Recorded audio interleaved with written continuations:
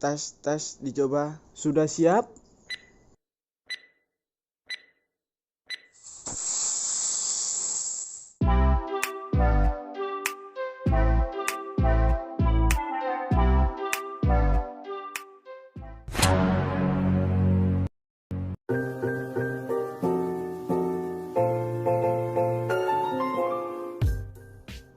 Hello Bahaners, in the world, in the smoking, in the water, in the sky.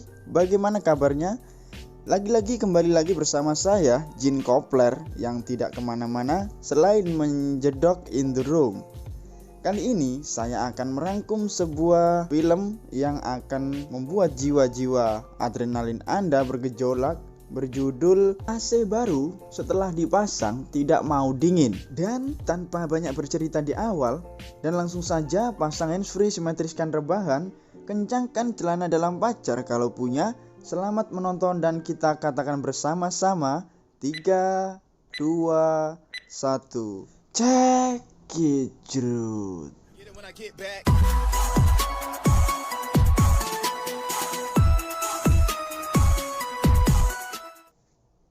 Langsung saja kita masuk ke pokok pembahasan, di mana AC ini kata si pemilik setelah dipasang dan dicoba dinyalakan tidak mau dingin.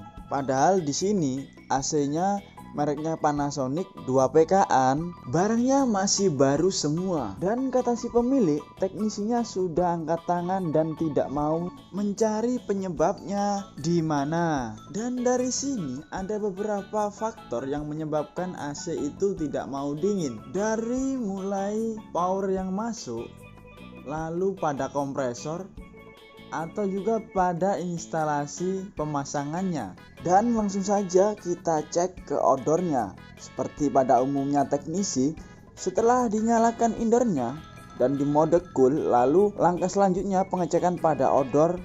Kita cek pada bagian tekanan maupun ampernya. Dan di sini kita lihat AC baru nyala kira-kira 2-3 menitan, itu amper sudah 8,4, dan sedangkan tekanannya itu 110 PSI. Sedangkan pada nameplate itu kapasitasnya maksimal 7,7 ampere.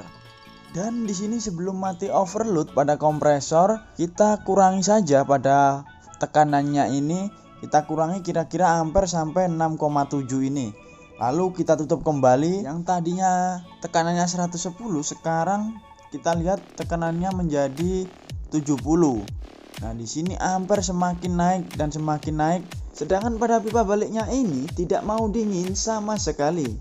Dan langkah selanjutnya kita akan coba bongkar odornya. Kita kompres kompresornya karena di sini kompresornya sangat panas sekali. Dan setelah kita bongkar casing odornya, kita kompres es batu pada kompresornya supaya kompresornya lebih cepat dingin. Dan langkah selanjutnya kita akan coba flashing pada bagian kondensor, kapiler maupun pada instalasi dan indoornya. Dari sini sebenarnya saya belum yakin pada pekerjaan ini. Karena apa? Karena unit ini masih baru.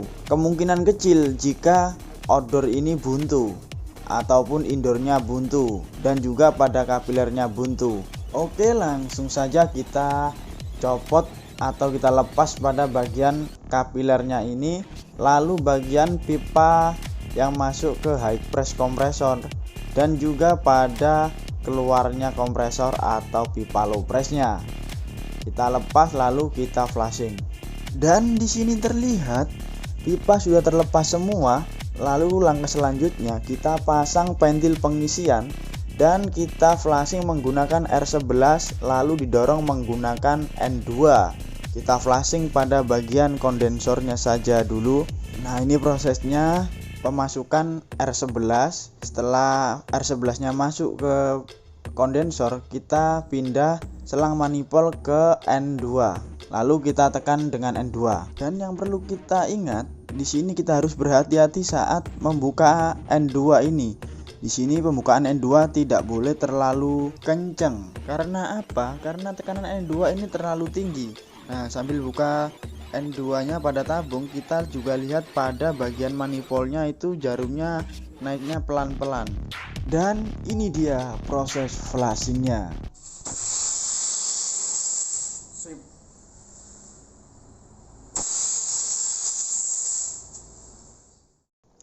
Proses flashing ini fungsinya untuk membersihkan kotoran-kotoran atau kerak yang mengendap pada kondensor. Dan proses flashing ini harus memang benar-benar bersih, jangan sampai ada sisa R11 di dalam kondensornya. Dan jangan lupa pada kapilernya juga kita harus flashing sekalian.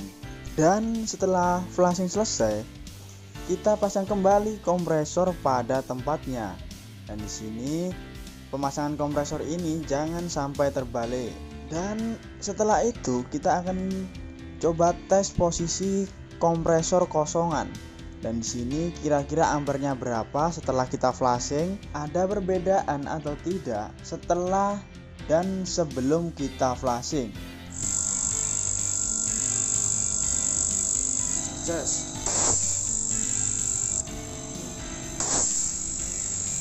Dan sudah kita lihat sama-sama, kompresor ampernya masih normal antara 2,1 sampai 2,2. Dan disitu kita juga coba pada tekanan high pressnya itu masih kuat sekali. Dan dari pengecekan ini saya pastikan kompresor itu masih aman dan masih layak untuk digunakan. Dan ini langkah terakhir. Setelah kita flashing bersih kompresor tekanan normal posisi kosong, lalu kita las kembali, kita pasang kembali pada pipa high press, pipa low press maupun pada kapilernya. Nah, setelah itu kita akan coba vakum, lalu kita isi freonnya. Bagaimana perubahannya? Kita simak terus.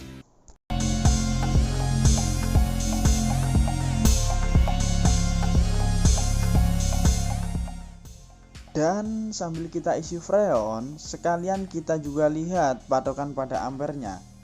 Tekanan berapa dan ampernya berapa. Nah, di sini kita lihat posisi tekanan 90 PSI. Ampernya kita lihat 7,7 sampai 7,8. Sedangkan pada nameplate maksimal 7,7. Nah, di posisi seperti inilah suhu ruangan pasti tidak mungkin tercapai.